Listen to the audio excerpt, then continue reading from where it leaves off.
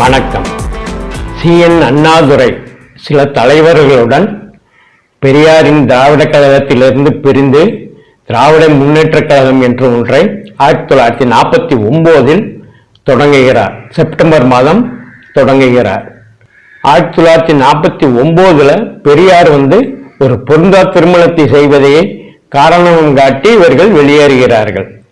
அப்பொழுது அண்ணா நடத்திய திராவிட நாடு என்ற பத்திரிகையில் பெரியாரின் இந்த திருமணத்தை எதிர்த்து பல ஊர்களின் கட்சி அலுவலகங்களிலிருந்து கன்னடம் தெரிவித்து வந்த செய்திகளை எல்லாத்தையும் தொகுத்து கண்ணீர் துளிகள் என்று வெளியிட்டார். அப்படி வெளியிடும் பொழுது பல ஊர்களிலும் பெரியாருக்கு எதிர்ப்பு இருப்பதைக் கண்டு நமக்கு பெரும் ஆதரவு இருக்கும் என்ற ஒரு நம்பிக்கையில் தனி கட்சி தொடங்குகிறார். அதாவது தேர்தலில் போட்டியிட்டு ஆட்சியை கைப்பற்ற வேண்டும் என்ற, ஆட்சி கட்டிலில் அமர வேண்டும் என்ற ஒரு நோக்கத்தோடு இந்த திராவிட முன்னேற்ற கழகத்தை ஆரம்பிக்கிறார்.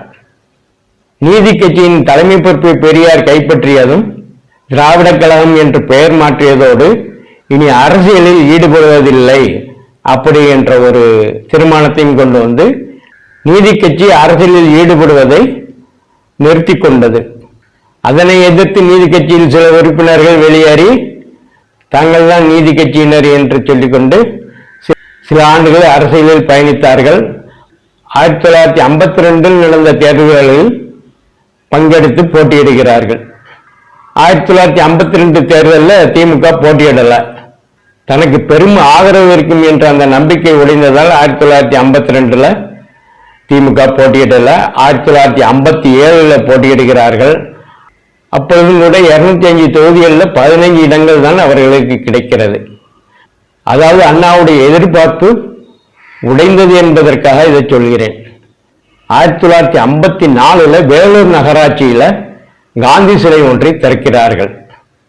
அப்பொழுது சிலையை திறந்து வைத்து அண்ணா பேசிய உரையில் சில முக்கியமானதை மட்டும் நான் படிக்கிறேன், கேளுங்கள். அண்ணாவின் படைப்புகள் .info என்ற ஒரு இணையதளம் அண்ணாவின் பேச்சுக்களையும் எழுத்துக்களையும் தொகுத்து வெளியிட்டிருக்கிறார்கள். அதிலிருந்து எடுக்கப்பட்டதுதான் இந்த பேச்சு. அண்ணாவின் உரைகள் என்ற தொகுப்பில் 43வது என்ற தலைப்பில் காந்தியடிகளின் சிலை திறப்பு விழா பேருரை என்று தொகுத்திருக்கிறார்கள். 3/1/1954 வேலை மாநகர ஆட்சி மன்றத்தில் காந்தி சிலை திறப்பு விழாவில் அறிஞர் அண்ணா அவர்களின் சொற்பொழிவு. 1954 ஜனவரி மாதம். வேலை மாநகர ஆட்சி மன்றத்தார் வேலூரை வேலை என்று அழைக்கிறார். அப்ப மதுரையை மறை என்றும் சேலத்தை சேலை என்றும் கூப்பிடுவாரோ என்னமோ தெரியல. வேலை மாநகர ஆட்சி மன்றத்தார் மணிமண்டபத்தில் விளங்கும் உத்தமரின் சிலையை திறக்கும் பணியினை எனக்களித்தார்கள். இது பற்றி குறிப்பிட்ட மன்ற தலைவர் வேலூர் வரலாற்றிலேயே இன்று ஒரு பொன்னாள் என குறிப்பிட்டார். என்னை பொறுத்தவரையிலேயே என்னுடைய வாழ்க்கையில், ஏன் தமிழ்நாட்டின் அரசியலில் ஒரு முக்கியமான கட்டம் என்று கூறுவேன். காந்தியாரின் உருவச்சிலையை நான் திறக்கிறேன். இந்த செய்தியால் அரசியல் வட்டாரம் ஏற்பட்டுள்ள அதிர்ச்சியை நாடு அறியும். எனக்கு கிடைத்துள்ள இந்த வாய்ப்பு என்னை பொறுத்தவரையில் முதல் முறை அல்ல, 2வது தடவை. இதற்கு முன்னரே சேலம் மாவட்டத்தைச் சேர்ந்த இடப்பாடியிலே ராஜாஜி பூங்காவில் உள்ள காந்தியாரின் சிலையை நான் திறந்து வைக்கும் வாய்ப்பை பெற்றிருக்கிறேன். ஆனால் அங்குள்ள காங்கிரஸ் நண்பர்கள் இங்கு போல் கிளேசம் அடையவில்லை, பீதி அடையவில்லை, இவனாவது திறப்பதாவது என்று கூறவில்லை. எடப்பாடியில் முதல் முறையாக ஒரு காந்தி சிலையும் வேலூரில் 2வது முறையாகவும் திறந்து வைக்கிறார். இதற்கு அவரே அங்குள்ள காங்கிரசார்கள் புகழ்ந்து பாராட்டினார்கள். இங்குள்ள காங்கிரசார்கள் மொத்த தொங்க போட்டுக்கிட்டு இருக்கிறாங்க அப்படின்னு சொல்றார். காந்தியாரின் உருவச்சிலையை நான் திறக்கிறேன், நான் திறக்க வேண்டும் என்று நகராட்சி மன்ற நண்பர்கள் பெரிதும் விரும்பியிருக்கிறார்கள். காரணம் என்ன? காந்தியாரின் சிலையை திறக்க நான் மட்டும் தகுதியுள்ளவன் என்பதாலா? அல்ல அல்ல, என்னை விட தகுதியுள்ளவர்கள் ஏராளம் இருக்கிறார்கள். ஆனால் நான் திறக்க வேண்டும் என்று நண்பர்கள் விரும்பியதற்கு காரணம், மற்றவர்கள் எவ்வளவோ திறப்பு விழாக்களை செய்கிறார்கள், அதோடு இதுவும் 10ஓடு 11ஆக போய்விடும். ஆகவே இவனையும் இதுபோன்ற காரியத்திற்கு தகுதியுடையவனாக்குவோம் என்ற நல்லெண்ணமாகவே இருக்கும் என கருதுகிறேன். வேற யாராவது கூப்பிட்டு வச்சு சிலையை திறந்தா அது 10-11 போயிடும். தமிழகத்தின் மாபெரும் தலைவர் பேரறிஞர் அண்ணாவை கூப்பிட்டு திறந்து வைத்தால் காந்தியின் பெருமை மேலும் மேலும் பெருகும் என்று அழைத்ததாக அண்ணா கூறுகிறார்.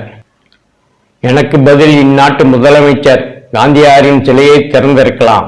ஆனால் அது அவ்வளவு முக்கியத்துவம் பெற்றிருக்கிறது. அவர் அடிக்கடி திறந்து வைக்கும் பல சிலைகளிலே இதுவும் ஒன்றாக போயிருக்கும்.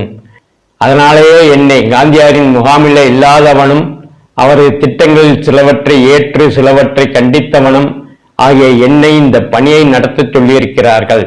இதை கண்டு எனது அருமை காங்கிரஸ் நண்பர்கள் கலக்கமா அடைவது? முதலமைச்சரை வச்சு திறக்க வச்சா பேரும்புகழும் கூடாது, அண்ணா போன்ற எதிரிகளை கூப்பிட்டு திறக்க வச்சா காந்தியின் பெருமை இன்னும் கூடுன்னு அழைத்ததாக திரும்பவும் சொல்லுகிறார் அண்ணா.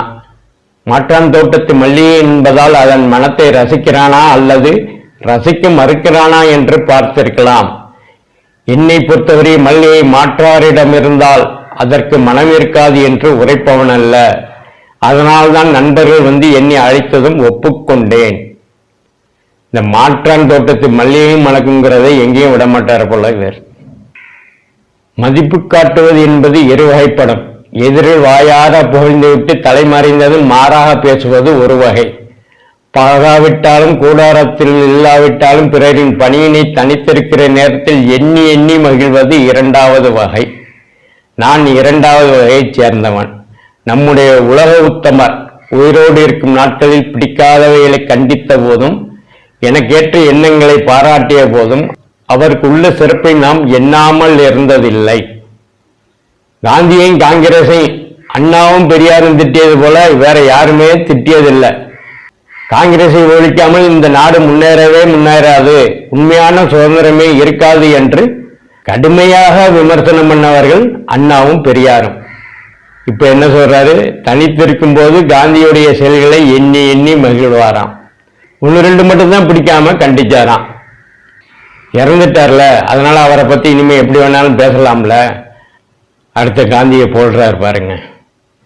மாற்றார் காந்தியாரை பற்றி எண்ணும் அளவுக்கு அவருடைய தொண்டு இருந்ததால் தான் அவர் உலகத்தின் ஒளியானார்.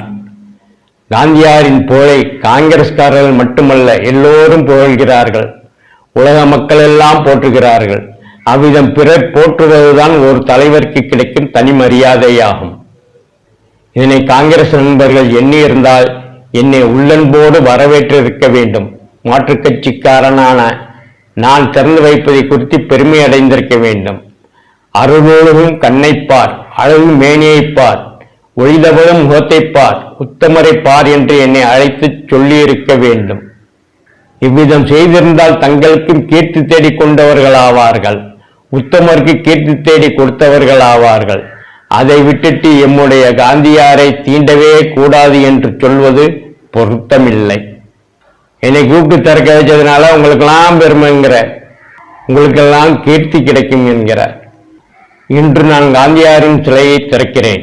இது ஒரு புனிதமான நாள் என கூறுவேன். இந்த சிலையை திறக்கும் விஷயத்தில் கட்சி பாகுபாடு, கட்சி வெறி இல்லாது எல்லா அரசியல் கட்சிகளும் ஒத்துழைத்திருக்க வேண்டும். அதுதான் அரசியல் நாகரிகம். சுதந்திரம் காகித பூவாக இல்லாமல் மனமுள்ள பூவாக இருக்க வேண்டுமானால் மாற்றுக் கட்சிகள் யாவும் வந்த சுதந்திரத்தை அனுபவிக்கும் சந்தர்ப்பம் அளிக்கப்பட வேண்டும். மாற்றுக் கட்சிக்கு சுதந்திரத்தை அனுபவிக்க வாய்ப்பளிக்க வேண்டும். ஏன் மாற்றுக் கட்சியினர் சுதந்திர நாடுல இல்லையா? சுதந்திரம் பெற்ற பிறகு மக்கள் எல்லாம் அந்த சுதந்திரத்தை அனுபவிக்கலையா? அந்த கட்சிகளும் அனுபவிக்கலையா? ஒருவேளை ஆட்சி கட்டில உட்கார்ந்தாதான் அந்த சுதந்திரத்தை அனுபவிச்சதாக பொருளாகுமோ? ஆட்சி கட்டில உட்கார்ந்தாதான் உண்மையிலேயே அனுபவிக்கிறதா இருந்தா அதுக்கு என்ன அர்த்தம்?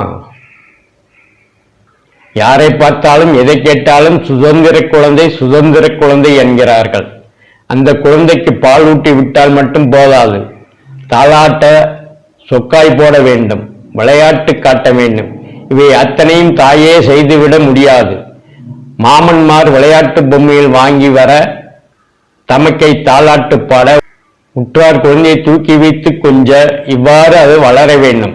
அப்படி இல்லாமல் குழந்தையின் நான் தானே பெற்றேன் என சொல்லி மற்றவர் எவரும் அருகில் வரக்கூடாது என்று பெற்றெடுத்த தாய் சொன்னால் குழந்தையை எவரும் சீந்தார், குழந்தையின் அருமை பெருமைகளை உணரார். அதுபோலவே பிறந்த சுதந்திர குழந்தையை சீராட்டி வளர்க்க எல்லா கட்சிக்காரர்களுக்கும் சந்தர்ப்பம் வேண்டும். குழந்தைக்கு அடிக்கடி உணவு தந்து அதிகமாகவும் தந்து யாரிடமும் அண்டவிடாமல் சில பணக்கார குடும்பத்தில் வளர்க்கப்படும் குழந்தை கடைசியில் நோஞ்சான ஆகிவிடும். டாக்டரிடத்தில் செல்ல நேரிடும். குழந்தையை பாலூட்டி சீராட்டி தாளாட்டி தாய் மட்டும் வளர்த்தா பத்தாதான், எல்லாரும் சேர்ந்து தாளாட்டணுமா? எல்லாரும் சேர்ந்து தாளாட்டலன்னா அந்த குழந்தை வளராதா, படிக்காதா, சாப்பிடாதா? நல்ல சத்துணவாக கொடுத்து வளர்க்கப்படும் பணக்கார வீட்டு குழந்தைங்க நோஞ்சானாவா போகும்? அப்படின்னு எதுக்கு சத்துணவு? சத்துணவே தேவையில்லையே. இதே நான் சுட்டிக்காட்ட விரும்புகிறேன். சுதந்திர குழந்தையை தூக்கி மகிழ திராவிட முன்னேற்ற கழகத்துக்கும் சந்தர்ப்பம் தாருங்கள். எங்களிடம் விட்டு பாருங்கள், நிச்சயம் கெடுதல் வராது. எங்களுக்கும் கொஞ்சம் வாய்ப்பு தாங்கப்பா, நிச்சயமா கேடெல்லாம் ஒன்றும் நடந்துராது, நாங்களும் நல்லா ஆட்சி செய்வோம், எங்களுக்கும் கொஞ்சம் விட்டு தாங்களேன், எங்களுக்கும் கொஞ்சம் தூக்கி மகிழ வாய்ப்பு தாருங்களேங்கிறாரு. ஆட்சி கட்டில இருந்தாதான் மக்களுக்கு நல்லது செய்யணுமோ? ஆட்சி கட்டில இருந்தா தான் மக்களுக்கு நல்லது செய்ய முடியுமோ? வேற ஒண்ணும் இல்லை, கொள்ளைகளில் நாங்களும் பங்கெடுக்கிறதுக்கு வாய்ப்பு தாருங்கள் என்கிறார். அப்படி எங்கள்ட்ட தந்து நாடு கெட்டு போயிடுச்சுன்னா அதுக்கு என்ன சொல்றான்னு பாருங்க. அப்படியே கெடுதல் வருவதாக கருதுவீர்களே ஆனால் உங்களுக்கு பிடித்தமான கிருஷ்ணன் கதையையே சுட்டிக்காட்ட விரும்புகிறேன். கிருஷ்ணனுக்கு பாலூட்டச் சென்ற பூதகை போல் நாங்கள் என்றால் கிருஷ்ணன் கவனித்துக் கொள்வான். அந்த நம்பிக்கையாவது இருக்கக்கூடாதா உங்களுக்கு? எங்களால கேடாச்சுனாக்கா ஒரு பகுத்தறிவாளர் சொல்றாரு, நீங்க சொல்ற கதைன்னு சொல்லிக்கிட்டே சொல்றாரு. பூதையை கேடு செஞ்சதுனால கிருஷ்ணன் அந்த பூதையை பார்த்துக்கிட்டானா, அதே மாதிரி இவர்கள் கேடு செஞ்சாக்கா அந்த கிருஷ்ணன் பார்த்துக்கலாம், நீங்க ஏன் கவலைப்படுறீங்கிற ஒரு பகுத்தறிவாளர் சொல்கிறார். இது மட்டுமா? இன்னொரு வேடிக்கையும் கேளுங்க. அந்த சிலை திறப்பு விழாவுடைய அண்ணா பேசுகிறார். இதுபோல அவருடைய அடிப்படை கொள்கைகளை அலசி பார்த்ததால் தான் அவருடைய எண்ணங்களும் எனது இயக்கத்தின் அடிப்படை ஆசைகளுக்கும் இடையே ஒற்றுமைகள் இருப்பதை கண்டோம். காங்கிரசுடைய அடிப்படை கொள்கைக்கும் இவருடைய ஆசைக்கும் ஒற்றுமை இருக்கான். துணைக்கு பெரியாரையும் அழைச்சிக்கிறாரு. அதனால்தான் காந்தியார் சுட்டுக் கொல்லப்பட்டதும் எனது இயக்கத் தலைவர் பெரியார் ஒரு அறிக்கையை விடுத்தார். எனது இயக்கத் தலைவராம் பெரியாரை எதிர்த்து திராவிட கழகத்தை உடைச்சிக்கிட்டு திராவிட முன்னேற்ற கழகம்னு ஒரு கட்சியை ஆரம்பிச்சுட்டு என்ன சொல்கிறார்? என் இயக்கத் தலைவர் பெரியார் ஒரு அறிக்கையை விடுத்தார். இந்த நாட்டின் பெயரை இந்தியா என்பதற்கு பதில் காந்தி நாடு என்று அழையுங்கள், இந்து மதம் என்பதற்கு பதில் காந்தி மதம் என்று மாற்றுங்கள், இவ்வண்ணம் செய்தால் ஏற்க தயார் என்று கூறினார். பெரியார் சொன்னதாக சொல்றார். சொல்லியிருக்கலாம்.